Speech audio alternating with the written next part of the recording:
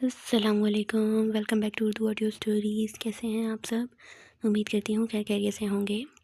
Okay, تو آج ہم پڑھنے والے ہیں صحرائے محبت، از قلم انوش احمد۔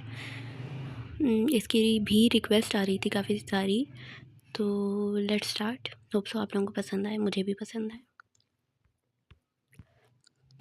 آیت پلیز یار میری بات تو سنو تم۔ عائشہ آیت کے پیچھے بھاگتے ہوئے بولی، جو کالج کے مین گیٹ کی طرف قدم بڑھا رہی تھی، بھوکی شیرنی کی طرح، ایسے جیسے اپنا شکار کھو نہ بیٹھے۔ آیت جانے دو پلیز یار۔ ایک اور کوشش کی گئی، آیت روکی گئی اور عائشہ کی طرف پلٹی۔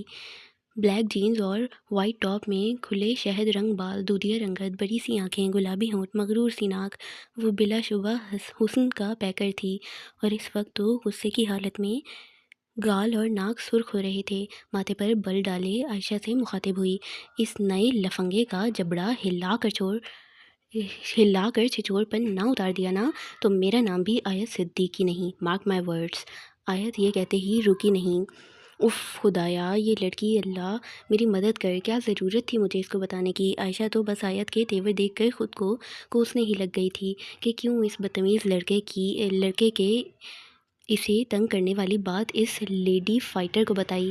اب کیا ہوگا؟ وہ اس سوچ میں ہی تھی کہ اچانک ایک لڑکے کے بلبلانے کی آواز سنی تو دیکھا آیت تو کب کی جا چکی۔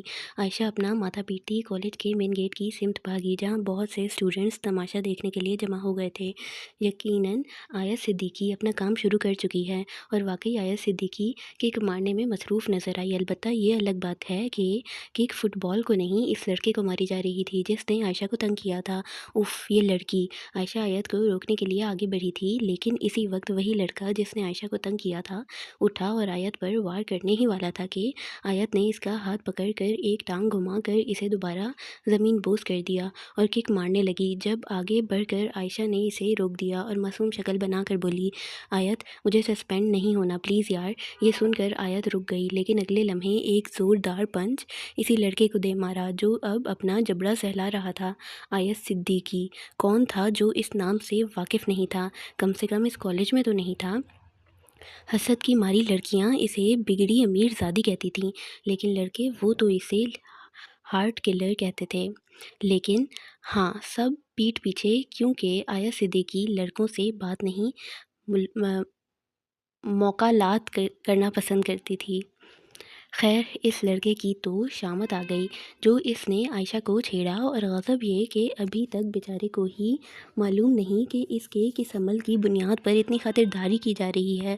سسپینڈ کوئی نہیں ہونے والی تم، مجھے روکنے کے لیے تھرڈ کلاس بہانے مت بناؤ عائشہ۔ آیت پنچ مار کر عائشہ کی طرف رخ کر کے بولی، آیت پلیز چھوڑ دو، اب اتنی خاطرداری کر تو لی ہے تم نے۔ عائشہ منت بھرے لہجے میں بولی تو آیت نے بھی اپنی گھڑی میں ٹائم دیکھا، اس کی کلاس کا وقت ہو گیا تھا۔ قدم پیچھے کیے تبھی وہ لڑکا عائشہ کی طرف مشکور نگاہوں سے دیکھتے ہوئے بولا، آپ فرشتہ ہیں میرے لیے، شکریہ۔ اور آیت کو تو یہ سن کر آگ ہی تو لگ گئی تھی، فوراً بولی، اور اس فرشتے کو چھیڑنے والے تم جہنم کے لفنگے۔ یہ سنتے ہی لڑکے کو سمجھ لگی کیوں وہ اس حالت میں کچھ دیر پہلے کیے گئے اپنے غیر اخلاقی عمل کی وجہ سے یہاں تک پہنچا۔ بہن مجھے معاف کر دو، آئندہ کبھی یہ غلطی نہیں ہوگی، وہ کہتا اٹھنے کی کوشش کرتے ہوئے عائشہ سے بولا تھا۔ کوئی بات نہیں بھائی، آپ کو احساس ہو گیا، کافی ہے، آئندہ کسی بھی لڑکی کو پریشان نہیں کیجیے گا۔ عائشہ کہاں لڑائی مار پٹائی دیکھ سکتی تھی، اور کہاں وہ لڑکا اس کی وجہ سے سیدھا کھڑا بھی نہیں ہو پا رہا تھا۔ افسوس سے فوراً بولی، جبکہ اس کی بات سن کر آیت نے مٹھیاں بھینچ لیں اور بولی، بھائی کی بہن اب چلنا ہے یا بھائی کی مرہم پٹی بھی کروا کر آؤ گی؟ عائشہ گڑبڑا کر سیدھی ہوتی آیت کے ساتھ کلاس کی سمت قدم بڑھانے لگی۔ عائشہ آیت کی واحد دوست تھی۔ آیت امیر گھرانے سے تعلق رکھتی تھی، جبکہ عائشہ مڈل کلاس گھرانے سے تھی۔ ان کی دوستی اسکول میں ہوئی تھی۔ عائشہ کے والد جاوید صاحب ایک ملازمت پیشہ انسان تھے، لیکن انہوں نے اپنی دو بڑی بیٹیوں سے زیادہ عائشہ کی بہترین تعلیم پر توجہ دی۔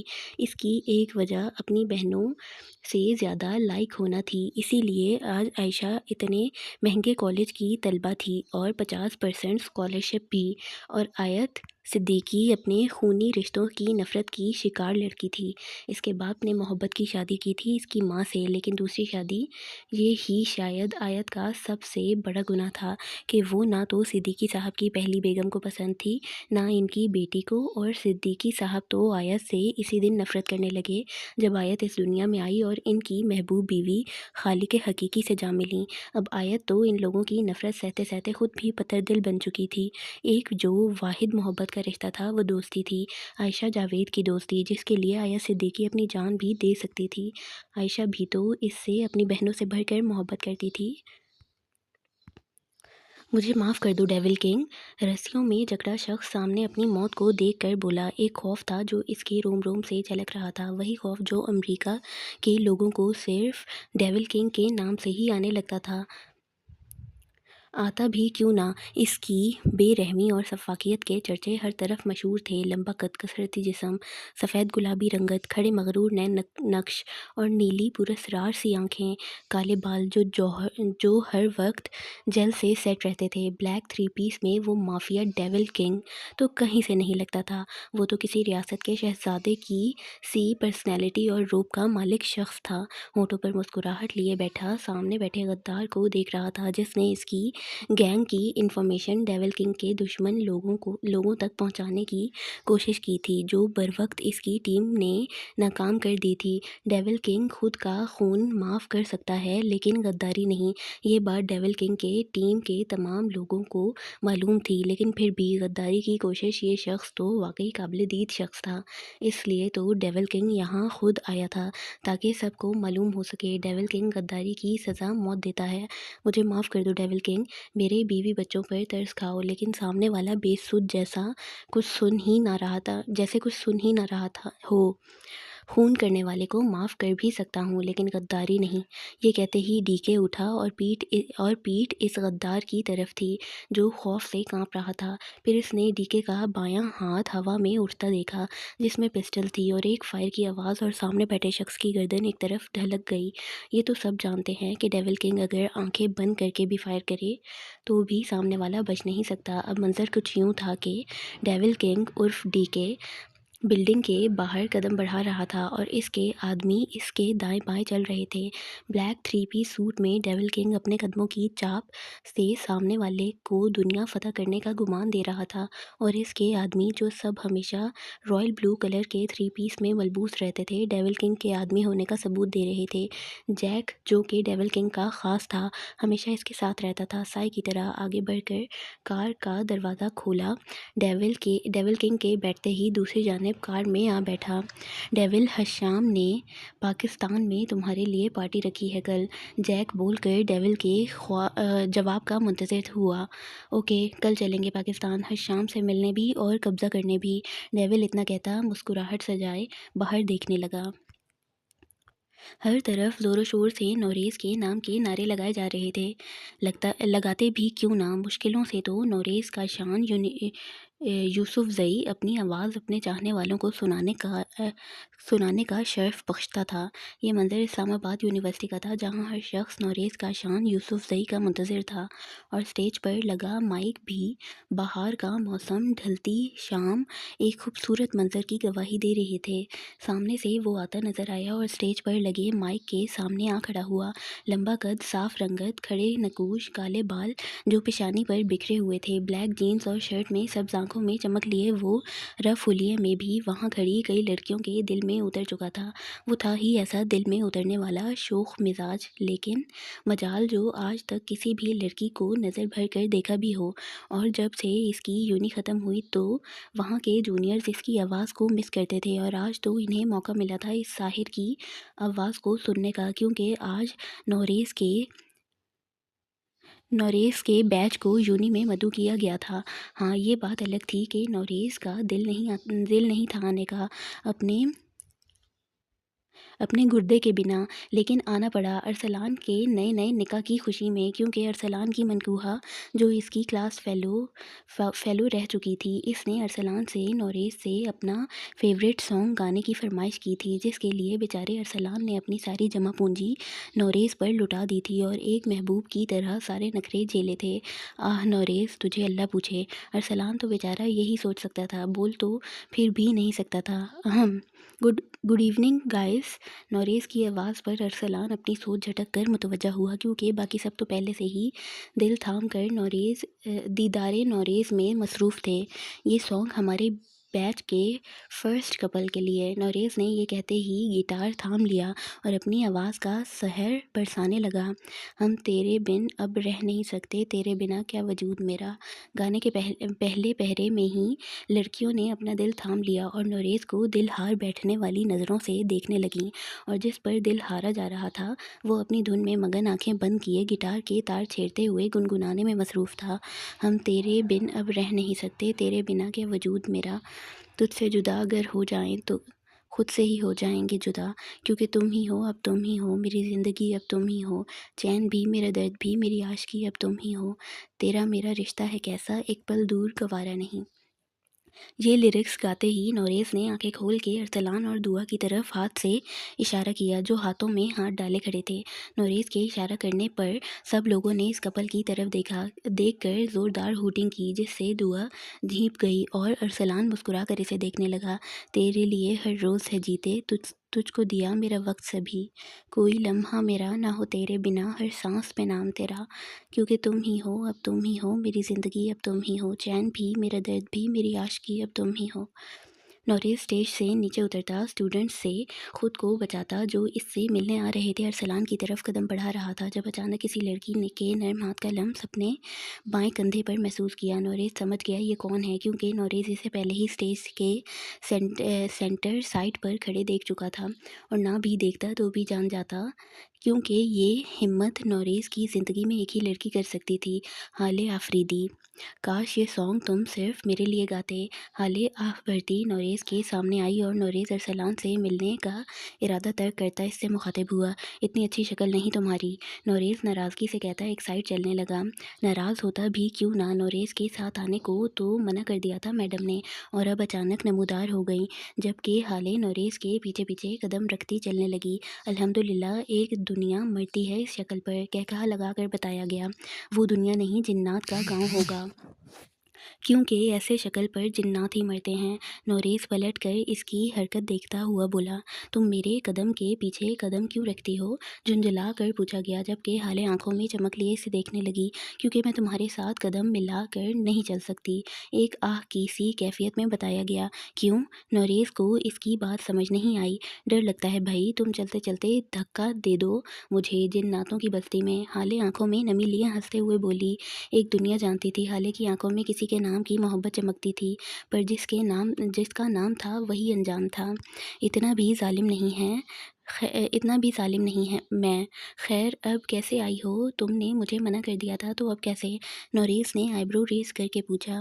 بس یار، مومانی کو ایکسکیوز کر کے آ گئی، بہت بورنگ پارٹی تھی خواتین کی، حالے نے پارکنگ کی طرف قدم بڑھاتے ہوئے بتایا۔ آپ بھی خواتین میں شامل ہوتی ہیں میڈم؟ نوریز اس کی بات پر ہنستے ہوئے بولا، ایسی پارٹیز سے چڑ ہے مجھے، لیکن مومانی زبردستی لے گئیں، بہت مشکلوں سے انہیں منا کر آئی ہوں۔ حالے اپنی کار سے ٹیک لگا کر بولی۔ ہاں خیر، دلشاد کب آ رہا ہے واپس؟ نوریز اس کی سچویشن سے لطف لیتے ہوئے کہا لگا اٹھا، اور پھر اپنے جگری یار کے بارے میں پوچھنے لگا جو کراچی بزنس میٹنگ کے لیے گیا ہوا تھا۔ حالے دلشاد کی پھوپھی ذات تھی آفریدی صاحب، اور ان کی بیگم کا 15 سال پہلے پلین کریش میں انتقال ہو گیا تھا، اور 10 سالہ حالے اپنے ماموں اور مومانی کے ساتھ رہنے لگی، جن کے خود کے 2 بیٹے تھے، دلشاد وہاب خانزادہ اور اس سے چھوٹا داہم وہاب خانزادہ۔ دلشاد 28 سال کا ایک خوبرو نوجوان تھا جو اپنے باپ کا بزنس سنبھال رہا تھا، جبکہ داہم 21 سال کا میڈیکل اسٹوڈنٹ تھا جو امریکہ میں تعلیم حاصل کر رہا تھا۔ داہم جب بھی پاکستان آتا، وہاب ولا میں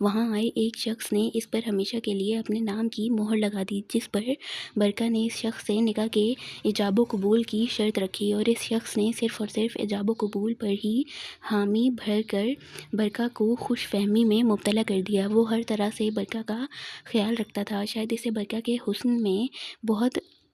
حسن سے بہت محبت تھی اور شدت پسندی بھی، کہ اس نے بائی کو اتنے پیسے دیے تھے کہ وہ کبھی برکا کو کسی بھی محفل میں کبھی بھی پیش نہیں کرے گی، اور یہ ہی تو اصول تھا اس کوٹھے کا کہ جب جس لڑکی کی پوری زندگی کی قیمت مل جائے تو اسے اس شخص کے علاوہ کوئی دیکھ بھی نہیں سکتا۔ برکا تو اتنے میں ہی خوش تھی، لیکن جب نمل کے وجود کا اس شخص نمل کے باپ پر آشکار ہوا تو وہ نمل کو اس دنیا میں آئے بغیر ہی چھوڑ کر چلا گیا، کیونکہ اس نے برکا کے ایجاب و قبول کی شرط پر ایک شرط رکھی تھی کہ وہ کبھی اولاد نہیں پیدا کرے گی۔ لیکن جب اس شخص نے بچہ ختم کرنے کی بات کی اور برکا نہ مانی، وہ بے مہر شخص یہ کہہ کر اسے چھوڑ گیا کہ تم طوائف ہو، چاہے میرے علاوہ تمہیں کسی نے دیکھا نہ ہو، لیکن ہو تو ایک طوائف ہی نا۔ میں اپنی اولاد کی طوائف کے وجود سے پیدائش ہرگز نہیں چاہتا، لیکن اگر تم پھر بھی پیدا کرنا چاہتی ہو اس گند میں اس وجود کو تو شوق سے کرو، لیکن یہ مت سوچنا میں تمہیں دنیا کے سامنے اپناؤں گا، مجھے میری عزت تم سے اور اس حسن سے زیادہ عزیز ہے۔ وہ بے مہر شخص یہ کہتا برکا کو ساکت کر کے ہمیشہ کے لیے چلا گیا اور پلٹ کر بھی نہ دیکھا۔ جب نمل پیدا ہوئی تو اس کی ماں برکا اس کا نام نامل رکھنا چاہتی تھی، لیکن حسد کے مارے شخص رفاقت نے نمل کو اپنے بیٹے کے لیے خریدتے ہی اس کا نام نمل رکھا تھا۔ تمسخر تھا کہ طوائف زادی نامل نہیں نمل ہی ہو سکتی ہے، صرف ایک چونٹی۔ رفاقت نے اس شخص کے سامنے خود کو ٹھکرائے جانے کا بدلہ لیا تھا برکا سے۔ نمل جیسے ہی گاڑی میں بیٹھی ڈرائیور نے گاڑی سٹارٹ کر دی۔ نمل کی گاڑی کا رخ اب کوٹھی کی طرف تھا۔ وہ کوٹھی ایک نام پر رکھی گئی طوائفوں کے لیے تھی، لیکن تھی تو بدنام زمانہ جگہ جہاں کوٹھے بے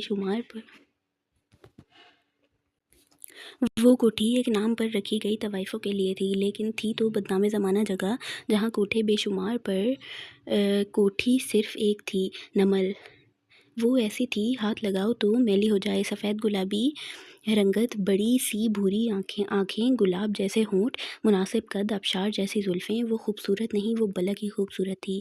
19 سال کی لڑکی جو 35 سال کے دیو کی قید میں تھی، وہ ایک باندھ سے اپنی ماں کا نام خود سے جوڑتی تھی اور کہلائی جاتی تھی نمل برکا، جسے گند میں رہ کر بھی اللہ نے پاک رکھا ہوا تھا، جو باقاعدگی سے نماز پڑھتی، قرآن کی تلاوت کرتی تھی، اور دعا تھی اس کی کہ اللہ اسے عزت کی زندگی سے نوازے یا پھر موت دے۔ شمس رفاقت ایک بہت بڑا جاگیردار تھا جو اپنے باپ کی جگہ سنبھالے ہوئے تھا۔ وہ ایک باروب شخص تھا جو وہ کسی بھی لڑکی کو دیوانہ کرنے کی صلاحیت رکھتا تھا، لیکن ان سب صلاحیتوں کے باوجود وہ عورت کی عزت کو داغدار کرنے والوں میں سے ہی تھا۔ اس کے انتظار کو ختم ہونے میں اب بس 8 ماہ رہ گئے تھے، اور شمس رفاقت کو 8 ماہ کے ختم ہونے کا بے صبری سے انتظار تھا۔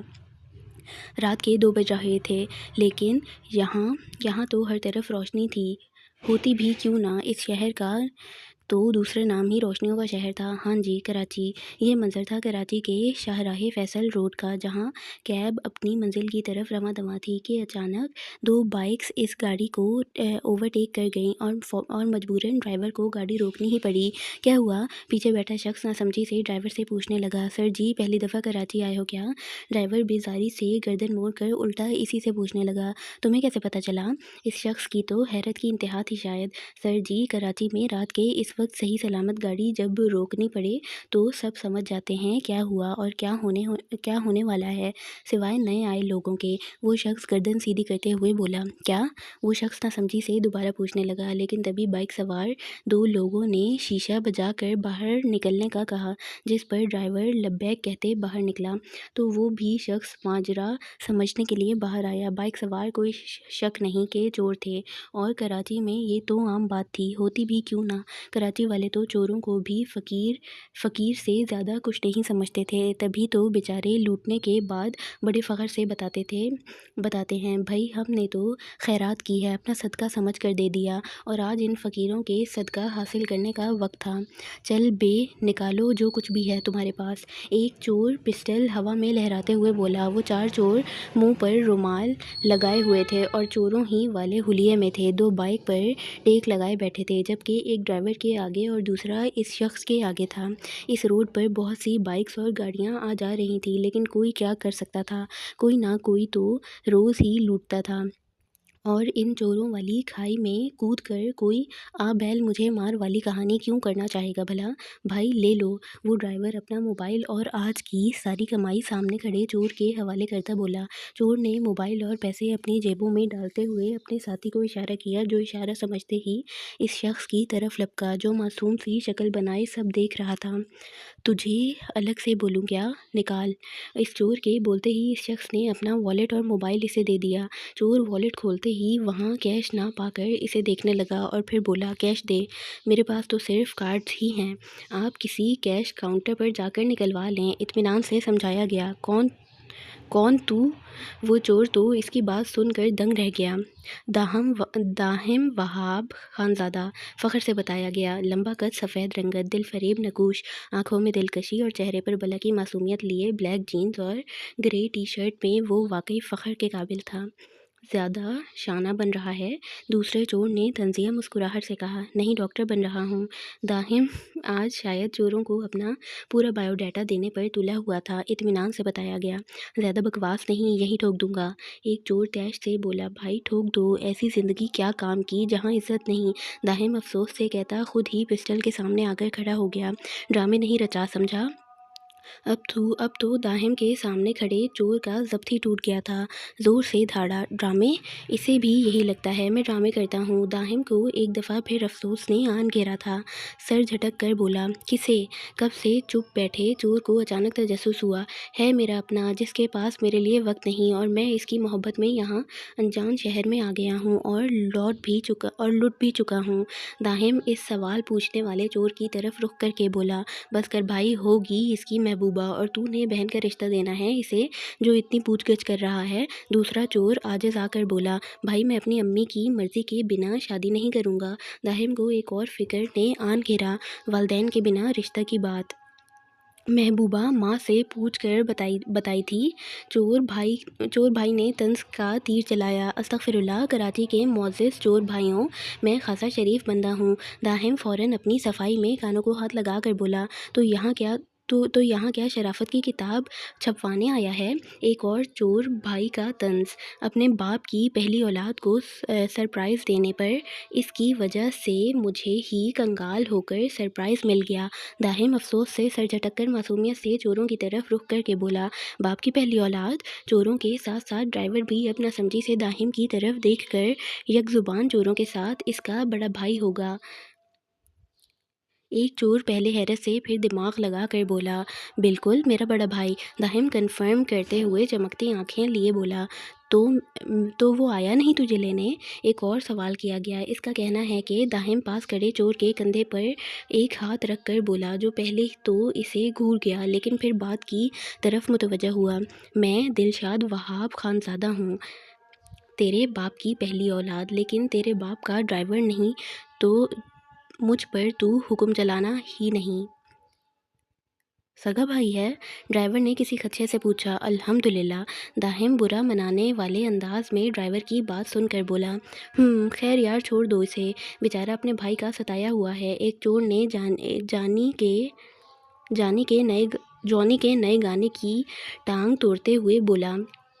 اس کے انداز پر داہم اور ڈرائیور سمیت تمام چور بھی ہنس پڑے۔ یہاں کا منظر دیکھ کر کوئی کہہ ہی نہیں سکتا تھا یہاں کچھ دیر پہلے پسٹل دکھا کر چوری کی جا رہی تھی۔ اب منظر یوں تھا کہ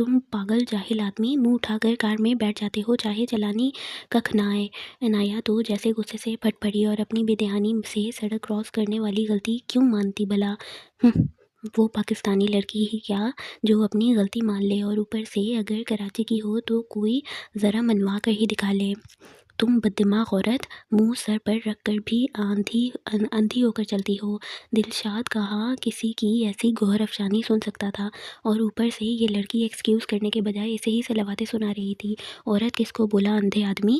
عنایہ تو اپنے لیے عورت لفظ سن کر ہی بے حد صدمے سے چیخ پڑی تھی، تو دلشاد اس پاگل لڑکی کی کمزوری پکڑتا اور آس پاس دیکھتا جہاں کچھ لوگ تماشا دیکھنے کی غرض سے جمع ہو رہے تھے، گاڑی کی طرف قدم بڑھا گیا اور دروازہ کھول کر بولا، عورت ہو کیوں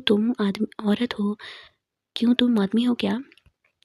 دلشاد طنز بھری مسکراہٹ عنایہ کی طرف اچھالتا گاڑی سٹارٹ کرتا وہاں سے نکل گیا، اور عنایہ پیچو تاب کھاتی غصہ پیتی روڈ کراس کر گئی اور سامنے ہوٹل پہنچ کر کال کر کے خود کے لیے گاڑی اور ڈرائیور منگوایا، جس کے لیے بیچاری نے آج روڈ کراس کرنا اور بقول عنایہ کے جاہل آدمی کے منہ لگنا والا مشکل کام سر انجام دیا تھا، جس کی وجہ سے شاید عنایہ جمال حفیظ کا آدھا خون خوف سے اور آدھا خون غصے سے لگ بھگ ختم ہی ہو گیا تھا۔ عنایہ جمال صاحب کی اکلوتی منت مرادوں کی اولاد تھی۔ عنایہ جب پیدا ہوئی تو جمال صاحب صرف ایک ملازمت پیشہ انسان تھے، لیکن آہستہ آہستہ وہ ترقی کی منزلوں کو چھوتے ہوئے آج ایک مشہور بزنس مین تھے، اور ان کا ماننا تھا انہیں جو کچھ بھی ملا ہے وہ عنایہ کے بخت سے ملا ہے، اور ان کی اس بات کو دنیا مانتی بھی تھی۔ کوئی شخص صرف چند سالوں میں ہی ترقی کی منزلوں کو چھو لے یہ تو خواب ہی ہو سکتا ہے، تبھی تو عنایہ جمال حفیظ اونچے بخت والی کہلائی جاتی تھی۔ عنایہ کی ماں کا انتقال ہو چکا تھا، اب بس عنایہ کی فیملی میں وہ اور جمال صاحب ہی تھے۔ آیت یار کیا کر رہی ہو؟ اب بس کر دو یہ گیم کھیلنا، عائشہ عاجزی سے آیت کو بولی جو یہاں جب سے آئی تھی گیم ہی کھیل رہی تھی۔ تو کیا کروں؟ آیت آئیبرو ریز کرتے ہوئے بولی۔ اسے اپنا برتھ ڈے منانا بالکل پسند نہیں تھا، لیکن عائشہ کی فرمائش پر بے دلی سے یہاں آئی تھی۔ آرڈر جا کر چیک کرو آیا کیوں نہیں؟ عائشہ اسے حکم دیتی سیلفی لینے لگی۔ ایسا لگ رہا تھا آج برتھ ڈے آیت کا نہیں عائشہ کا ہے۔ وہ اپنی معصوم سے چہرے اور سادہ سی خوبصورتی لیے پرکشش لگ رہی تھی۔ پیچ کلر کی ویلویٹ کی فراک میں، البتہ جس کا برتھ ڈے تھا وہ بلو جینز اور پیچ کلر کی ٹاپ جو اسے عائشہ نے یہاں آنے سے پہلے گفٹ دی تھی، اور بولا تھا آج سیم کلر پہنیں گے، اور آیت کو پہننی ہی پڑی۔ میں کمر پر پھیلے ہوئے بال وہ اس عام حلیے میں بھی بہت خوبصورت لگ رہی تھی۔ میرا برتھ ڈے ہے یار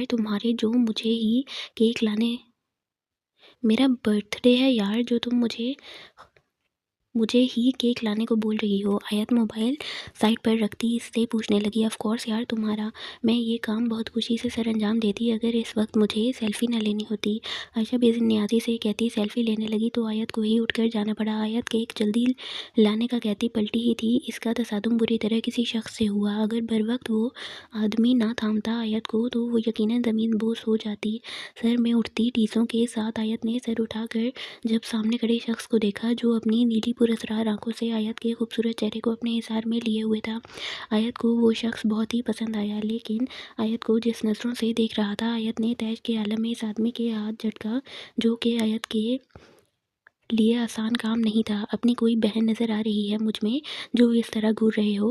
آیت تیش سے کہتی ایک سائڈ سے نکلنے کی کوشش کی، لیکن سامنے والے نے ہاتھ آگے بڑھا کر آیت کا راستہ روک دیا۔ بہن تو نہیں لیکن ہونے والی محبوبہ نظر آ رہی ہے۔ ایک سائڈ کی مسکراہٹ لیے 3 پیس سوٹ میں وہ شخص بہت وجیح لگ رہا تھا۔ تم اسٹائلش لفنگے، ایک ہاتھ توڑ کر دوسرے میں تھما دوں گی زیادہ بکواس کی تو، آیت انگلی ہوا میں لہراتی ہوئی بولی، جبکہ اس کی یہ بات سن کر جیک کو تو ہنسی آ گئی جسے اس نے دوسری طرف منہ کر کے بڑی مشکل سے روکا، کیونکہ اگر ڈیول کنگ دیکھ لیتا تو کوئی بعید نہیں ڈیول اسے شوٹ کر دیتا۔ اسٹائلش لفنگا، انٹرسٹنگ، ڈیول داد دینے والے انداز میں بولا۔ اتنے میں ہی عائشہ وہاں پہنچی کہ کیک اور آیت دونوں ہی کہاں رہ گئے، لیکن جب وہاں پہنچی تو سچویشن سمجھ گئی، کیونکہ آیت جیسی دوست کے ہوتے اب اسے عادت ہو گئی تھی، لیکن ایسے جیک کو ہنستے دیکھ کر اسے یہی لگا کہ وہ آیت پر ہنس رہا ہے، تو عائشہ غصے سے اس کے سامنے آئی۔ پہلی دفعہ برش کیا ہے جو دانتوں کی نمائش کر رہے ہو؟ عائشہ کے بولنے پر جہاں جیک گڑبڑا کر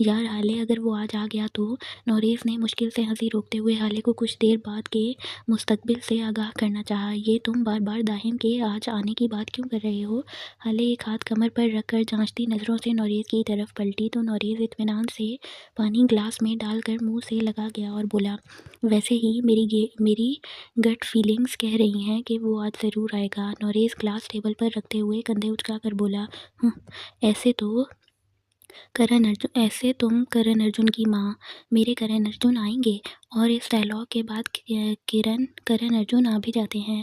نوریز اب قدرے اطمینان سے بولا تو ہالے کو خطرے کی گھنٹیاں بجتی سنائی دیں۔ ہالے نوریز کی طرف قدم بڑھا رہی تھی کہ سچ پتہ کر سکے کہ وہ بھلا آج آئے گی یا نہیں، لیکن اس کا ارادہ بھانپتے نوریز کسی کال کے بہانے سے اٹھ کر کچن سے باہر نکل گیا اور پیچھے ہالے پیر پٹکتی رہ گئی۔ یا اللہ، آج اس بلا کو ٹال دینا، آج کا دن خراب نہ ہونے دینا پلیز، کل سے پکا اس بلا کو جھیلنے کے لیے خود کو تیار رکھوں گی۔ ہالے دعا کرتی اپنے کام میں مگن ہو گئی۔ دلشاد اور داہم کی گاڑی جیسے ہی وہاب ولا میں داخل ہوئی تو نوریز اور مسز وہاب گارڈن میں موجود تھے۔ گاڑی کو آتے دیکھ مسز وہاب کے چہرے پر بے پناہ خوشی چمکنے لگی۔ انہیں اور وہاب صاحب ہالے کو نہیں معلوم تھا کہ داہم کل کی بجائے آج ہی آ جائے گا۔ مسز وہاب اپنے قدم پورچ کی سمت بڑھانے لگیں تو وہاب صاحب جو ضروری کال کرنے کے لیے وہاب ولا میں گئے تھے، اپنی بیوی اور ان کے پیچھے چلتے نوریز کی سمت کا تعین کرتے ہوئے پورچ میں رکی گاڑی کو دیکھا تو سمجھ گئے ان کا شارپ بزنس مین بیٹا آ چکا ہے، لہٰذا وہ بھی ہر دل عزیز بیٹے کی جانب رخ کر گئے۔ سامنے ہی ایک سائڈ سے دلشاد اور جب دوسری سائڈ کا دروازہ کھلتے اور داہم کو باہر نکلتے دیکھا تو وہاب صاحب اور زریش بیگم سرپرائز رہ گئے تھے۔ وہیں نوریز کے چہرے پر مسکراہٹ تھی کیونکہ اسے دلشاد نے داہم کے سرپرائز کے حوالے سے پہلے ہی آگاہ کر دیا تھا، اور ولا کے اندرونی دروازے سے باہر نکلتی ہالے کو تو شوق لگا، وہ بھی 440 وولٹ کا۔ ہالے خود کو کمپوز کرتی بے دلی سے اس سمت آئی جہاں زرش بیگم اپنے داہم پر صدقہ واری ہوئی جا رہی تھیں اور دلشاد وہاب صاحب کے بغل گیر ہو رہا تھا۔ ہالے نے آتے ہی نوریز کو گوری سے نوازنا اولین فرض سمجھا۔ جب دلشاد وہاب سے ملتا پلٹا اور ہالے کو نوریز کو گھورتا پا کر سمجھ گیا، تبھی بولا، میں نے منع کیا تھا۔ اس قدر مدھم آواز تھی کہ ہالے اور نوریز کے علاوہ کوئی سن ہی نہیں سکا۔ جبکہ ہالے مسکراتی دلشاد سے اس کا حال احوال پوچھنے لگی تو دلشاد نوریز سے بغل کی روتائی سے جواب دینے لگا، ہم بھی ایک عدد حسین کزن محترم ہیں تمہارے۔ داہم ہالے کو دلشاد سے بات کرتا دیکھ کر بولا اور نوریز پر ٹوٹ پڑنے والے انداز میں گلے لگا، جس پر دلشاد نفی میں سر ہلا گیا۔ تو وہاب صاحب اور زرش بیگم مسکرانے لگے تو ہالے اس کی بات سن کر منہ بنا کر بولی، حسین کزن تو نہیں بلکہ کسی کی حسین مردانہ محبوبہ ضرور لگ رہے ہو۔ ہالے کا اشارہ داہم اور نوریز کو ابھی تک گلے لگانے کی طرف تھا۔ وہاب صاحب اور زرش بیگم ان کی یہی نوک جھوک سے تو اپنا گھر آباد لگتا تھا، ورنہ دلشاد بہت کم ان میں شامل ہوتا تھا۔ جلنے والوں نے مانا تو صحیح ہے، میں حسین ہوں۔ داہم نوریز کے سیدھے گال پر زبردستی کس کرتے ہوئے بولا۔ اس کی حرکت پر دلشاد سمیت نوریز اور وہاب صاحب قہقہہ لگا اٹھے، جبکہ زرش بیگم نے اس کے سر پر چپت رسید کی اور کھانے کا انتظام دیکھنے کے لیے ولا جانے لگیں تو وہاب صاحب بھی ان کی پیروی کرتے ان کے ساتھ چلے گئے۔ تو ہالے نے سکھ کا سانس لیا کیونکہ اب وہ اینٹ کا جواب داہم کو پتھر سے دے سکتی تھی۔ ہالے پھر بھی اپنے ماموں ممانی کے سامنے داہم کا کچھ لحاظ کر لیا کرتی تھی، لیکن داہم کی ڈکشنری میں ہالے آفریدی کے لیے لحاظ نام کا کوئی لفظ نہیں تھا۔ خدا جانے داہم کو اسے چھیڑنے میں کیا انعام ملتا تھا۔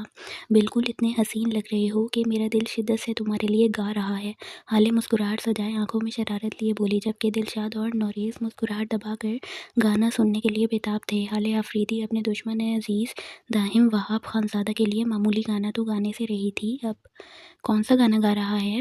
داہم اپنی شان کے مطابق گانا سننے کو بے حد بےتاب ہوا۔ تم حسن پری، تم جانے جہاں، تم سب سے ہنسی، تم سب سے جواں۔ ہالے سر سے گانا گاتی داہم کی شان کو زنان سے ملاتی داہم کو آگ لگاتی وہاں سے واک آؤٹ کر گئی، جبکہ دلشاد اور نوریز کا ہنس ہنس کر برا حال تھا۔ داہم تن فن کرتا دونوں کو گھور کر وہاں ولا کے اندر چل پڑا تو اس کی عقیدت میں نوریز اور دلشاد نے بھی اپنی ہنسی دبا کر اندر کا رخ کیا۔ اسلام آباد میں ہر طرف اندھیرا تھا، رات کا جانے کون سا پہر تھا۔ اس وقت ایک 7 سٹار ہوٹل کے سامنے چمچماتی گاڑیاں زارو قطار کی اور ایک گارڈ نے نیچے اتر کر دروازہ کھولا۔ زارو قطار رکی اوکے اور ایک گارڈ نے نیچے اتر کر دروازہ کھولا تو ڈیول کنگ اپنی پوری وجاہت کے ساتھ اترا اور اندر کی طرف قدم بڑھا گیا۔ ہوٹل کے اندر کا منظر وہاں آئے مافیا لوگوں کی ہی شان کا تھا۔ چمچماتا ہال جا بجا شباب اور شراب بے تحاشا نفاست سے آئے مرد مہمان۔ شاید یہی اعلان تھا ڈیول کنگ کے پاکستان آنے کا۔ ہشام جو کہ امریکہ میں ڈیول کے ساتھ کام کرتا تھا اب 2 سال سے پاکستان تھا، اپنا مافیا سیٹ اپ جمانے جو کہ ڈیول کے بنا ممکن نہیں تھا۔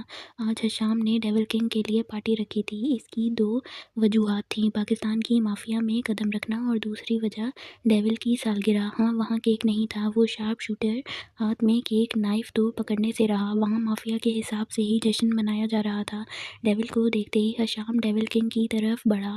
ڈیول کنگ اپنے قدموں کی چاپ اور اپنی بے پناہ وجاہت سے کسی سلطنت کا بادشاہ لگتا تھا، اور وہاں کے مافیا کے کچھ لوگ جو مجبوری سے ڈیول سے ہاتھ ملانے آئے تھے کیونکہ جنگل میں رہ کر شیر سے بیر نہیں رکھنا چاہتے تھے، اور ڈیول کی امریکہ میں دہشت کون نہیں جانتا تھا، اور پاکستان میں ڈیول کے خاص ہشام کی دہشت سے وہاں سب جان گئے تھے کہ جب آدمی اتنا خطرناک ہو تو مالک کیسا ہوگا۔ بے رحم شارپ شوٹر ڈیول ہشام سے ملتا وہاں رکھے مہنگے کاؤچ پر اپنی پوری شان سے بیٹھ گیا۔ وہ جگہ تھی ہی سربراہ کی، اور مافیا سربراہ ڈیول کنگ کے علاوہ اور کون ہو سکتا تھا۔ اتنے میں ہی ہر طرف اندھیرا ہو گیا اور ایک لڑکی اور ڈیول کنگ پر سپاٹ لائٹ پڑی اور میوزک پلے ہوا تو وہ لڑکی اپنے کام میں مگن ہو گئی اور گانے کے لیرکس پر سٹیپ کرنے لگی۔ ڈیول کو عورت ذات کا یوں سازو سامان بننے سے نفرت تھی، جس سے بہت ہی ناگواری سے ڈیول ایک پل کے لیے دیکھ کر اپنا رخ دوسری طرف کر گیا۔ جب وہ لڑکی سٹیپ کرتی، ڈیول کے قریب آتی، اس کی بازو پر ہاتھ پھیرنے لگی تو ڈیول نے اس لڑکی کا ہاتھ پکڑ کر سامنے کرتے ایک زوردار تھپڑ رسید کر دیا، جس سے وہ لڑکی زمین پر جا کر گری اور پورے ہال میں سناٹا چھا گیا۔ جہاں کچھ لوگ ڈیول کی اس حرکت کی وجہ نہ جان پائے، وہیں سائڈ کھڑا جیک ہشام کو مسکرا کر دیکھنے لگا، کیونکہ جیک ہشام اور پورا امریکہ جانتا تھا کہ ڈیول نہ لڑکیوں کو لے کر کوئی غلط کام کرتا ہے، اور کوئی کرے تو اسے اپنی گولی سے نوازنے میں دیر ہرگز نہیں کرتا۔ اسے یہ لڑکیوں کو پیش کرنا پسند نہیں، تو ہشام نے یہ کیسے ہونے دیا؟ اور ہشام اپنے آدمی جسے پارٹی کی ذمہ داری دی تھی، خونخوار نظروں سے دیکھتے ہوئے اسے یہ پھیلاوا سمیٹنے کا کہا، جسے وہ جلدی سمیٹ گیا، اور ہشام نے آگے بڑھ کر ڈیول سے معذرت کی، جس کا جواب آنکھوں میں خون لیے ڈیول نے یہ کہہ کر دیا، دوبارہ ایسا ہوا تو تم اور تمہارے ان کتوں کی بوٹیاں نوچ لوں گا۔ ہشام شرمندہ ہو کر اس بات میں سر ہلا گیا، اور کیا کر سکتا تھا؟ پارٹی میں مافیا کے کچھ لوگوں سے ڈیل کی گئی تو ڈیول نے ہشام سے صدیقی صاحب کی بیٹی آیت صدیقی کو کڈنیپ کرنے کا کہا، جس پر ہشام اور جیک اس کی طرف دیکھنے لگے۔ بھلا اتنے سے کام کے لیے ڈیول صدیقی کی بیٹی کو کڈنیپ کرنے کا کیوں کہہ رہا تھا؟ اور حیرت یہ کہ کسی لڑکی کو، کیونکہ انہیں یاد ہی نہیں پڑتا تھا کہ ڈیول نے کسی بھی کام کے لیے کبھی عورت کو مہرا بنایا ہو۔ تو آج ایسا کیا ہوا جبکہ سامنے بیٹھے ڈیول کی نیلی آنکھوں میں کچھ دیر پہلے والا لہو غائب ہو کر اس کی جگہ چمکنے لے لی تھی؟ ان کی نظروں اور حیرانی کو سمجھتا ڈیول آگے کو ہوا اور مسکراہٹ لیے کہنے لگا، صدیقی کی بیٹی کو اٹھوا لو، آج میری سالگرہ کو اس کی پیشی ہی مکمل کرے گی۔ آیت صدیقی میری سالگرہ کا حسین لمحہ ہوگی۔ ڈیول یہ کہتا وہاں سے جانے کے لیے اٹھا تو پارٹی وہیں ختم ہو گئی۔ ڈیول اس لڑکی کے ساتھ کیا کرنے والا تھا؟ اب یہ بات جیک اور ہشام دونوں کو ہی پریشان کر رہی تھی۔ ان دونوں نے بھی آج تک عورت ذات کو کبھی تذلیل نہیں کی تھی، تو ایک لڑکی کو اٹھوانا جو ہوگا دیکھا جائے گا۔ جیک ہشام کی پریشانی سمجھتا اس کے کندھے پر ہاتھ رکھتا ڈیول کے پیچھے چل پڑا، کیونکہ جیک کو کچھ حد تک اندازہ ضرور تھا کہ کل کیا ہونا ہے۔ آپ راحیل کو بولیں اتنی کیا جلدی ہے، اچانک سے نکاح ڈائننگ ٹیبل پر بیٹھے جمال صاحب سے مخاطب ہوئی۔ عنایہ اور راحیل کی منگنی کو 2 ماہ ہوئے تھے۔ راحیل جمال صاحب کے بزنس پارٹنر سلطان ملک کا بیٹا تھا۔ جمال صاحب کو عنایہ کے لیے راحیل کا پروپوزل ہر طرح سے صحیح لگا تو انہوں نے پرانی رنجش کو بھلا کر عنایہ کا ہاتھ راحیل کے ہاتھ میں دے دیا تھا، اور اب سلطان اور راحیل دونوں اس ویک اینڈ پر نکاح کرنے کا کہہ رہے تھے، جبکہ عنایہ اس بات پر راضی نہیں تھی۔ یہ بات نہیں تھی کہ عنایہ کو راحیل پسند نہیں تھا۔ راحیل جیسے شخص تو ہر لڑکی چاہتی ہوگی۔ وہ مناسب شخصیت کا مالک شخص تھا اور ویل اسٹیبلشڈ تھا، لیکن ایک بات تھی، عنایہ جیسی خوبصورت لڑکی راحیل کے ساتھ جچتی نہیں تھی۔ راحیل اور عنایہ ایک دوسرے کو دیکھ اور مل بھی چکے تھے۔ بیٹا، ایک دن ہونا ہی ہے نکاح، تو دیر اور جلدی کیا؟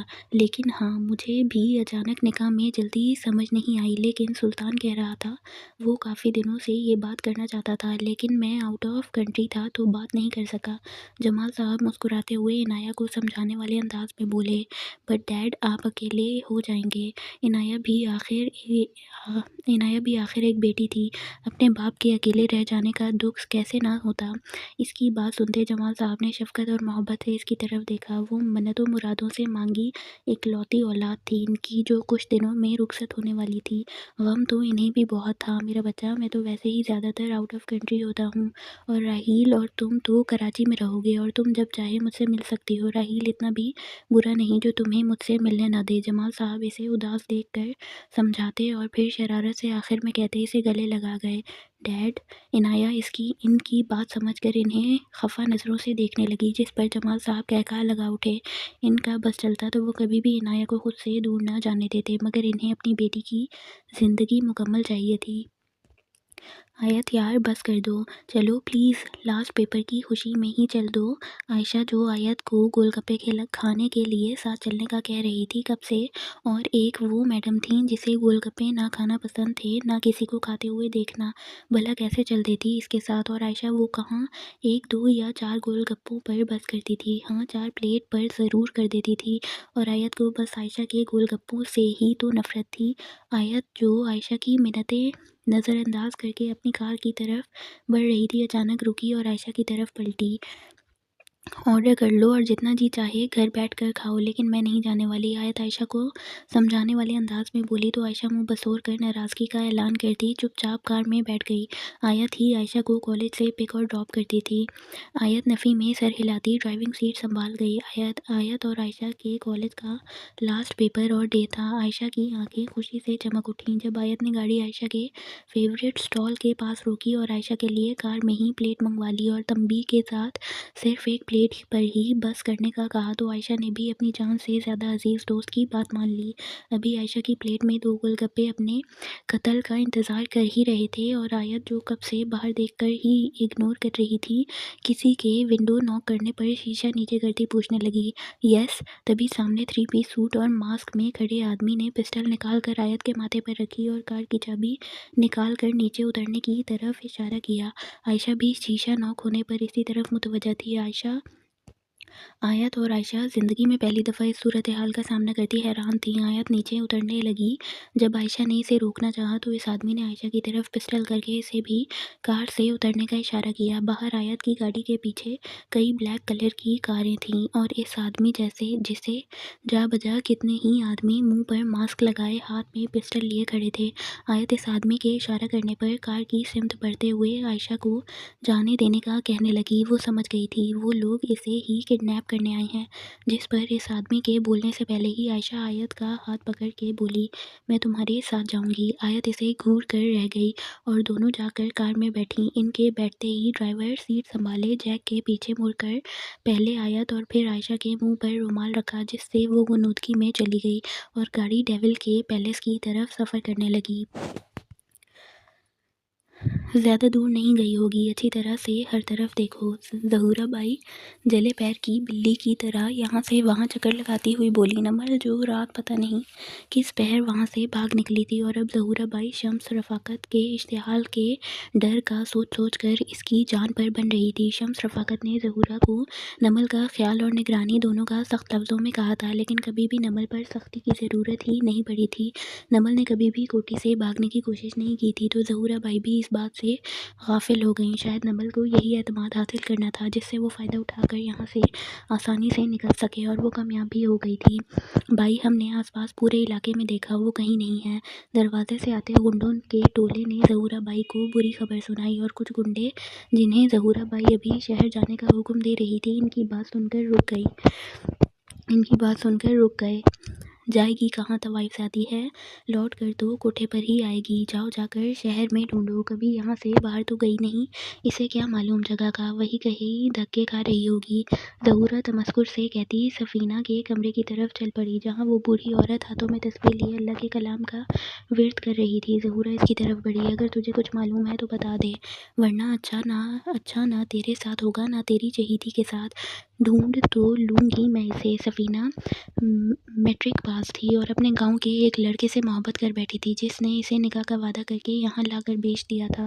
اللہ نے ماں باپ کی عزت خاک کرنے کی سزا اسے دی تھی۔ شاید جو پہلے کوٹھے کی زینت بنی، پھر خودکشی کی کوشش کرنے پر اپاہج ہو کر کوٹھی میں رہنے لگی۔ جب برقع اس دنیا سے رخصت ہوئی تو نمل کا خیال رکھنے والی سفینہ ہی تھی۔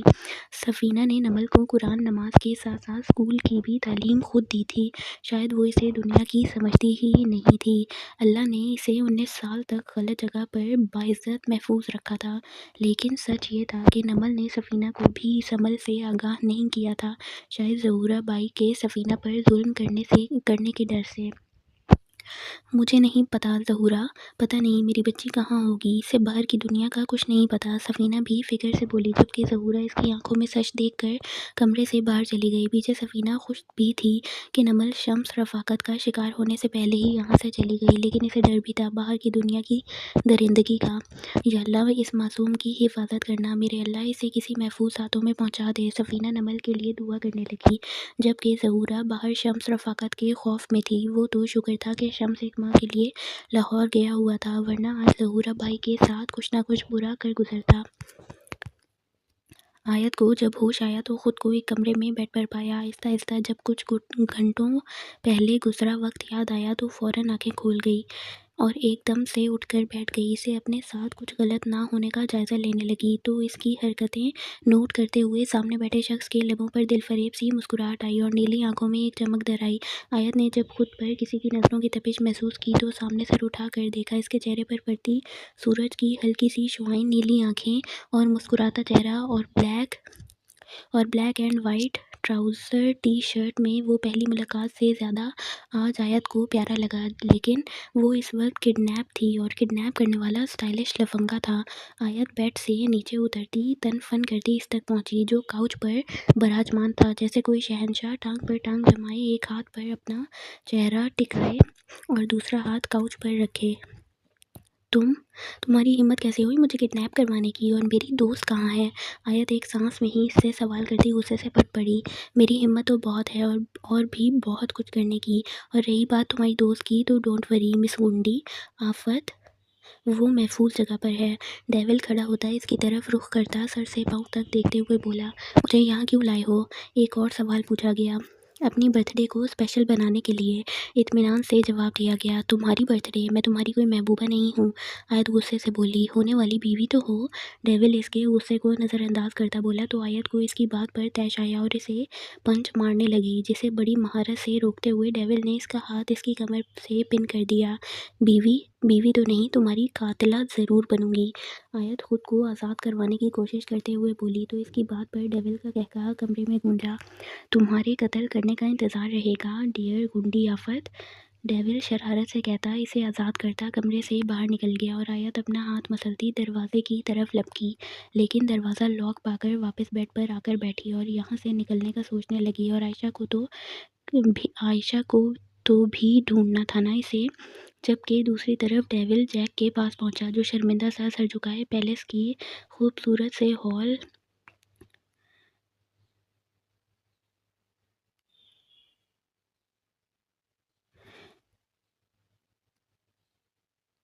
ایک سیکنڈ، یہ رپیٹ ہو رہا ہے۔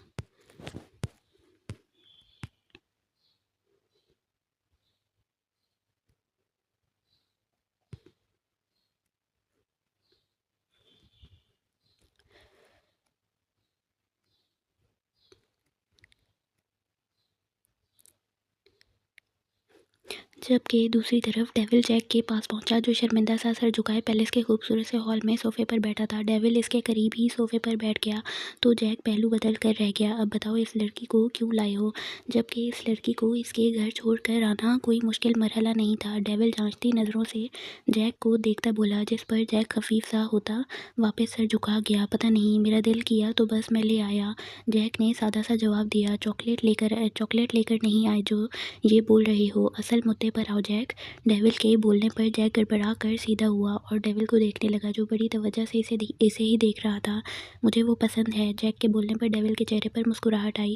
وہ کون؟ تمہاری بہن؟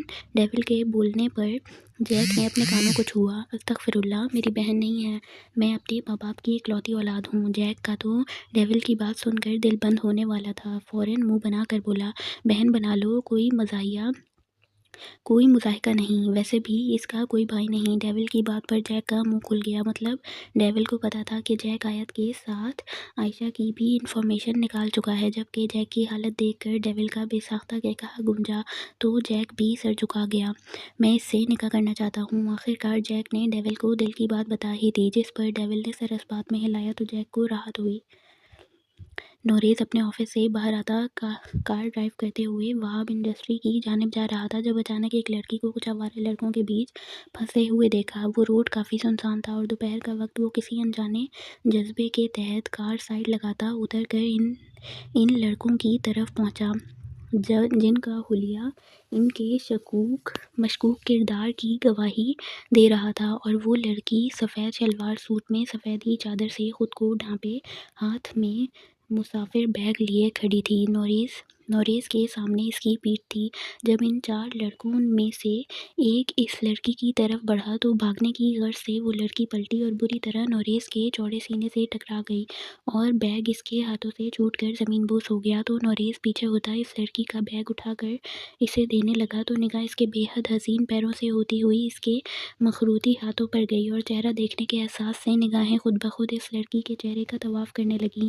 بڑی بڑی خوبصورت سی آنکھیں، دلکش نقوش گلاب جیسے ہونٹ، بے شک وہ لڑکی سراپا حسن تھی۔ نوریز جیسا مضبوط اعصاب کا مالک شخص بھی اسے مہوت سے دیکھنے لگا۔ جب ایک لڑکا نمل کی کلائی پکڑنے کی کوشش کرنے لگا اور نمل جھٹک کر پیچھے ہوئی تو نوریز ہوش کی دنیا میں واپس آتا اس لڑکے کا ہاتھ روک گیا۔ وہ لڑکا اور باقی سب بھی نوریز کو غصے سے دیکھنے لگے اور بولے، ابے ہیرو، نکل یہاں سے، لڑکی ہماری ہے۔ اس لڑکے نے نوریز کی وجاہت، کثرتی جسم، 3 پیس بلو سوٹ اور بے تحاشا مغرور سے چہرے کو دیکھتے ہوئے بولا تو نوریز کے ماتھے پر کسی بھی عورت کے لیے ایسے الفاظ سن کر بے تحاشا بل پڑے۔ یہی تو فرق تھا نوریز اور سامنے کھڑے لڑکوں کی تربیت کا۔ ایک کسی انجان اکیلی لڑکی کی عزت کی حفاظت کے لیے کھڑا تھا تو دوسری طرف وہ لڑکے اس اکیلی لڑکی کی عزت پامال کرنے کے لیے۔ ایک لڑکا اور سامنے آتا نوریز کو جانے کا کہنے لگا، چل ہیرو، پہلا حق ہمارا ہے، اس لڑکی نے ہمیں بہت دوڑایا ہے، تو کچھ گھنٹوں بعد آ جانا، پھر لے جانا، تب تک ہمیں مزے کرنے دے۔ وہ لڑکا آنکھ مارتا ہوا خباثت سے بولا، اور نمل ان بیہودہ الفاظ پر غصے اور دکھ سے سر نیچے جھکائے آنسو بہانے لگی۔ تھک ہی تو گئی تھی بیچاری، اپنی عزت کی حفاظت شمس سے کرنے کے لیے تو کوٹھی سے نکلی تھی، بس کے دھکے کھائے کچھ مردوں کے راستے پر اٹھنے والی غلیظ نظروں کو برداشت کیا اور کیا ملا؟ وہی مرد جو اسے گھیرے کھڑے تھے نوچنے کے لیے۔ اس سے اچھا تو وہاں سے باہر ہی نہ نکلتی، کم سے کم کچھ مہینے اور عزت سے کوٹھی میں ہی گزار لیتی۔ 19 سال کی تھی، کمزور مگر مضبوط لڑکی، جو اکیلے اپنی حفاظت کے لیے اس دنیا سے لڑنے نکلی تھی۔ نوریز نے ایسی بکواس کرنے والے لڑکے کے منہ پر زوردار پنچ مارا، جس سے وہ لڑکھڑا کر زمین پر گرا تو دوسری طرف کھڑے لڑکے نے ہاتھ ہوا میں لہرا کر نوریز پر حملہ کرنا چاہا، جسے نوریز نے گھوم کر اپنے دوسرے ہاتھ سے روکتے ہوئے ایک زوردار پنچ اس کے پیٹ پر دے مارا۔ باقی کھڑے 2 لڑکوں میں سے ایک آگے بڑھتا چاقو نکال کر نوریز کے پیٹ پر وار کرنے لگا، لیکن نوریز نے اس کا چاقو والا ہاتھ اپنے سخت ہاتھ سے مروڑا تو چاقو زمین پر گرا اور اپنی ایک ٹانگ کھینچ کر اس کے پیٹ پر دے ماری، جس سے وہ لڑکا اپنے تماشا دیکھنے والے دوست کے قدموں میں جا گرا۔ تو وہ دوست کانپ کر تو وہ دوست کانپ گیا اور باقی دو بھی اٹھ کر اس تک پہنچے۔ ان چاروں کی ساری اکڑ صرف 2 پنچ اور ایک لات کھانے پر ہی ہوا ہو گئی اور وہ اپنی بائیک سٹارٹ کرتے ایسے غائب ہوئے جیسے گدھے کے سر سے سینگ۔ اور چپ کھڑی نمل حیرانگی سے یہ منظر دیکھ رہی تھی۔ وہ تو سوچ رہی تھی کہ یہ مرد بھی ان جیسا ہی ہوگا، لیکن اس مرد نے تو اس کی عزت خود کو خطرے میں ڈال کر بچائی تھی۔ کیا ایسے بھی مرد ہوتے ہیں اس دنیا میں؟ وہ بہت توجہ سے نوریز کو دیکھنے لگی۔ اتنا وسیع مرد اس نے زندگی میں پہلی دفعہ دیکھا تھا۔ نوریز جو نمل سے کچھ دور کھڑا تھا نمل کی طرف پلٹا تو اسے خود کو دیکھتے پایا۔ 2 پل کے لیے دونوں کی نظریں ملیں اور کیا خوب ملی تھیں۔ اجنبی ہونے کے باوجود بھی ایک اپنائیت کا احساس تھا دونوں میں۔ اس کی نظروں کی تپش محسوس کرتے ہوئے نمل شرمندگی سے نظریں پھیر گئی تو نوریز خود کو کمپوز کرتا اس کی طرف رخ کر گیا۔ مقصد اسے اس کے گھر یا مطلوبہ جگہ تک بحفاظت پہنچانا تھا۔ آپ مجھے بتا دیں ایڈریس، میں ڈراپ کر دیتا ہوں آپ کو۔ نوریز کے پوچھنے پر نمل کو پھر سوچوں نے آ گھیرا۔ کیا بتاتی، کہاں جانا ہے؟ اسے تو خود نہیں پتا تھا کہ کیا کرے، کہاں جائے۔ میں خود چلی جاؤں گی۔ شکریہ آپ کا میری مدد کرنے کا، نمل کہتی اپنا بیگ پکڑتی آگے بڑھنے والی تھی۔ معذرت کے ساتھ محترمہ، کافی سنسان علاقہ ہے یہ اور دور دور تک آپ کو کوئی سواری نہیں ملے گی، آپ مجھ پر یقین کر سکتی ہیں۔ نوریز پتہ نہیں کس خدشے کے تحت بول گیا، شاید وہ لڑکی ڈر رہی ہے ابھی بھی، جبکہ نمل کیا بولتی، اس مہربان شخص کو کوئی نہیں اس کا یہاں۔ وہ تو اپنی عزت کی خاطر بنا سوچے سمجھے کوٹھی سے نکل پڑی تھی۔ قدم نوریز کی طرف کرتی سر جھکا کر بولی، میرا کوئی نہیں ہے یہاں، میں کسی کو نہیں جانتی۔ نمل کی آواز خود بخود نرم ہو گئی تھی، جسے محسوس کرتے نوریز اپنی حیرانگی پر قابو پاتا اطمینان سے بولا، کوئی تو ہوگا، آپ کے پیرنٹس یا کوئی رشتہ دار وغیرہ۔ نوریز بولا تو نمل مزید سر جھکا گئی اور کچھ سوچ کر توقف سے بولی، میں یتیم ہوں۔ نمل کے بولنے پر نوریز نے سرد آہ ہوا میں خارج کی اور خود تھوڑی کے نیچے شیف پر ہاتھ رب کرتا کچھ سوچنے لگا۔ نمل بھی ایک لمحے کے لیے سر اٹھا کر اس کی وہ حرکت نوٹ کرتی پہلو بدل گئی، جبکہ نوریز اپنے کام میں مصروف تھا۔ آپ پہلے کہاں رہتی تھیں؟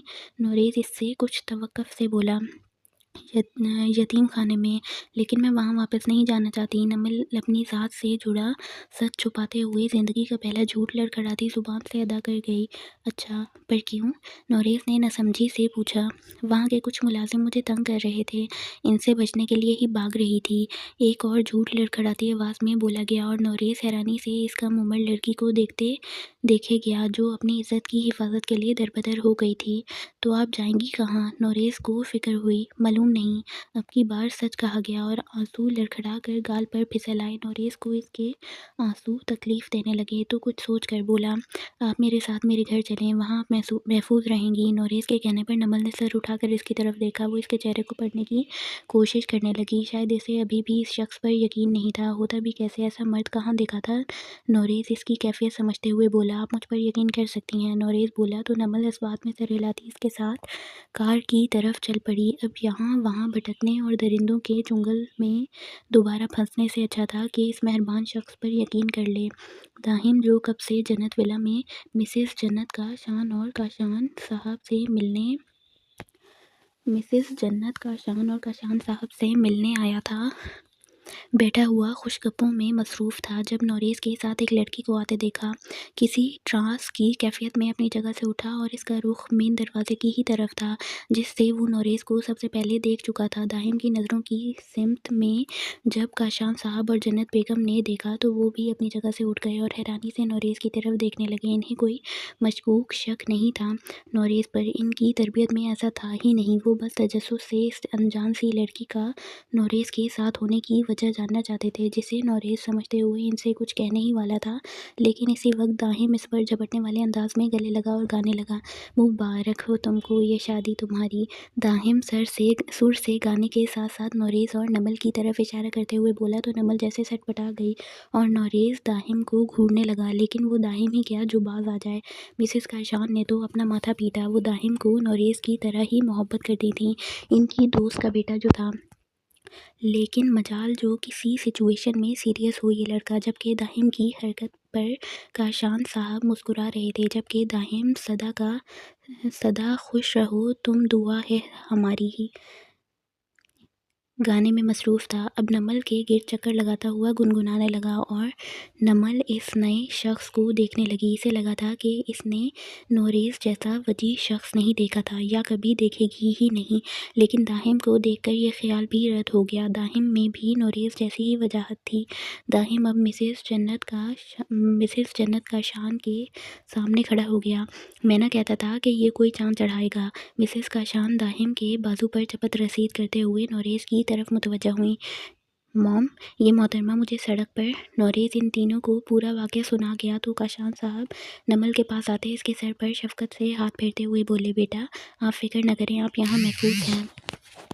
نمل کسی مرد کی باپ جیسی شفقت محسوس کرتی پھر آنسو بہانے لگی تو جنت بیگم نمل کے پاس آتی اسے اپنے ساتھ لگا گئیں اور اسے تسلی دیتے ہوئے بولیں، اس گھر کو آپ اپنا ہی گھر سمجھیں۔ نمل انہیں کیا بتاتی، گھر تو کبھی دیکھا ہی نہیں اس نے، اور اپنا گھر۔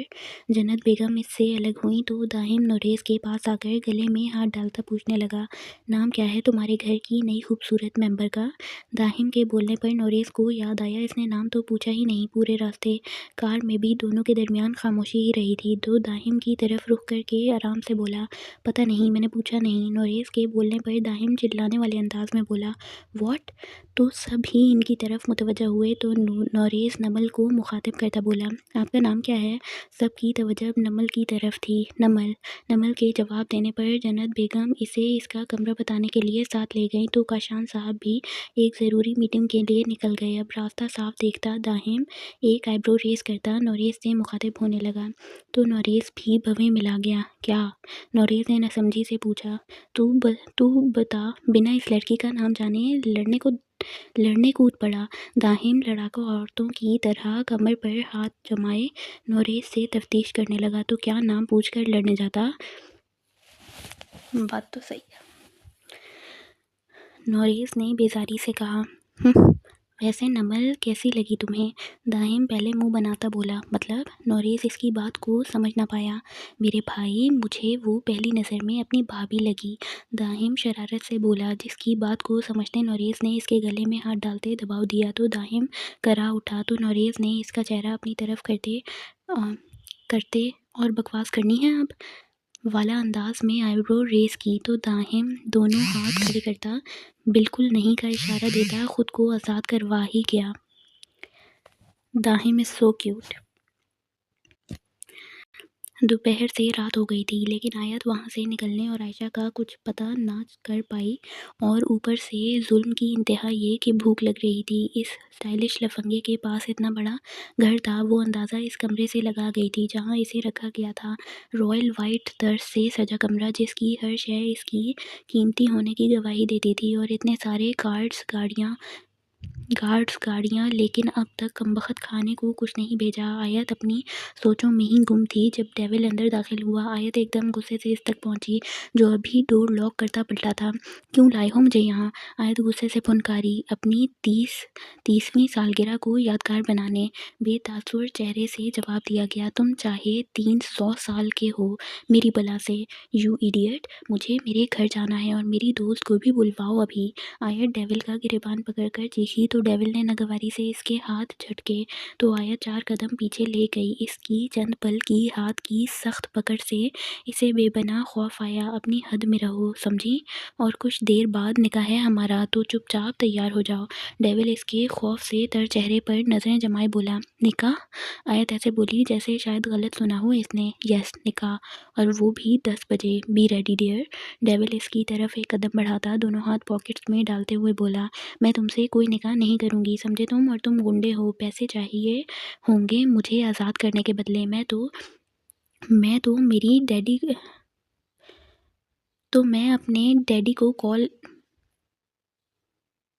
میرے ڈیڈی کو کال ملا دو، تم جتنے بولو گے اتنے پیسے مل جائیں گے تمہیں۔ آیت خود کو کمپوز کرتی تیزی سے بولی، آج اس باپ کا نام لے رہی تھی جس نے کبھی دیکھا بھی نہیں، وہ دکھتی کیسی ہے؟ اس کے باپ نے اسے صرف پال کر اور اپنا نام دے کر احسان کیا تھا، اور سوتیلی ماں اور بہن تو کبھی اسے اس گھر کا حصہ سمجھتے ہی نہیں تھے، لیکن پھر بھی ایک آس تھی کہ اتنی نفرت کے باوجود بھی وہ اسے یہاں سے کچھ بھی کر کے نکال لیں گے۔ آیت کی بات سنتے ہی ڈیول کا بے ساختہ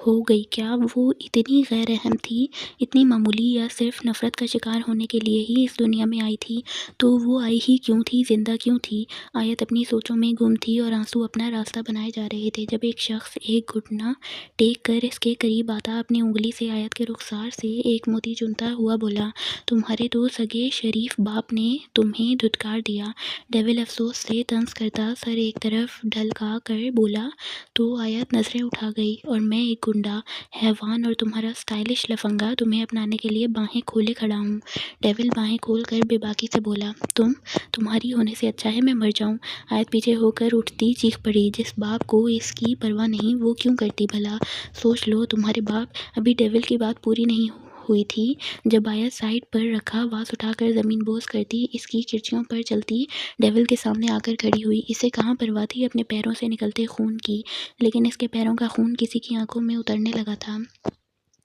ڈیول نے آگے بڑھتے آیت کے بال مٹھی میں پکڑے تو آیت ہنستے ہوئے بولی، میں تم سے نکاح نہیں کروں گی، چاہے مار دو مجھے جان سے، اور اگر میری عزت پر ہاتھ ڈالنے کی کوشش کی تو خود کو ہی ختم کر لوں گی۔ ڈیول اس کی پاگل پن دیکھتے ہوئے آیت کے بال جھٹکتا 2 قدم پیچھے ہوا تو آیت بھی اسے ہی دیکھنے لگی کہ اب کیا کرے گا ڈیول اس کے ساتھ۔ تبھی ڈیول ایک ہاتھ جیب میں ڈالے دوسرے سے پیشانی مسلتا ہوا بولا، تم شاید بھول رہی ہو ڈیئر، تمہاری ایک عدد دوست ہے اور وہ بھی میرے پاس، اور تمہیں پتہ ہے ایک حیوان انسان کے ساتھ اور خصوصاً عورت کے ساتھ کیا کیا کر سکتا ہے۔ آیت کو جیسے اب یاد آیا کہ عائشہ بھی اس کے ساتھ تھی، اپنے باپ کی خود غرضی میں وہ اپنی دوست کو تو بھول ہی گئی تھی۔ میں تمہیں جان سے مار دوں گی اگر میری دوست کو کچھ بھی ہوا تو۔ آیت غصے سے دھاڑی اس کی حالت سے مزہ لیتا ڈیول مسکراہٹ سجائے سے دیکھنے لگا جیسے اب لگا ہو تیر ٹھیک نشانے پر۔ تمہاری دوست بالکل ٹھیک ہے ڈیئر، لیکن اگر میری بات نہیں مانی تو کوئی گارنٹی نہیں، کچھ بھی ہو سکتا ہے۔ بیوٹیشین اور ڈریس بھیج رہا ہوں، تیار ہو جاؤ، اور اب کی دفعہ وارننگ نہیں دوں گا۔ ڈیول یہ کہتا کمرے سے باہر نکل گیا، لیکن آیت تو بیچاری پیچھے اپنی قسمت پر ماتم کرتی رہ گئی۔ کیوں تھی اس کے نصیب میں اتنی نفرتیں؟ ایسا نکاح اور ایک حیوان سے نکاح، ایسا تو کسی لاوارث لڑکی کے ساتھ بھی نہیں ہوتا ہوگا، تو وہ کیا اتنی گئی گزری تھی؟ آیت اپنی سوچوں میں گم تھی جب ایک ادھیڑ عمر عورت کمرے میں داخل ہوئی۔ اس کے ہاتھ میں ایک ٹرے تھی، ٹرے سائڈ میں رکھتی وہ عورت آیت کے پاس بیٹھتی خاموشی سے کانچ کی کرچیاں اس کے پیروں سے نکالنے لگی تو آیت بھی سسکتی ساری کارروائی چپ چاپ دیکھنے لگی۔ پھر وہ عورت آیت کو سہارا دیتی بیڈ پر بٹھا کر آیت کے پیروں کی ڈریسنگ کرنے لگی، پھر آیت کو کھانا کھلاتی باہر نکلی تو اندر ایک عورت بے تحاشا خوبصورت ڈیپ ریڈ کلر کا لہنگا سنبھالتی داخل ہوئی۔ اس کے ساتھ میک اپ باکس سنبھالتی بیوٹیشین داخل ہوئی تو پیچھے 2 اور عورتیں سجنے سنورنے کی دوسری اشیاء لیے حاضر ہوئیں، اور اپنے کاموں میں وہ تمام عورتیں مشغول ہو گئیں۔ Okay, that's it for this part. یہ ناول انٹرسٹنگ لگ رہا ہے، ملٹیپل کپلز ہیں، تو ہوپ سو یہ اچھا نکلے آگے بھی۔ پھر ملتے ہیں نیکسٹ پارٹ میں، تب تک کے لیے دعا میں یاد رکھیں، خوش رہیں، خوشیاں بانٹیں۔ اللہ حافظ۔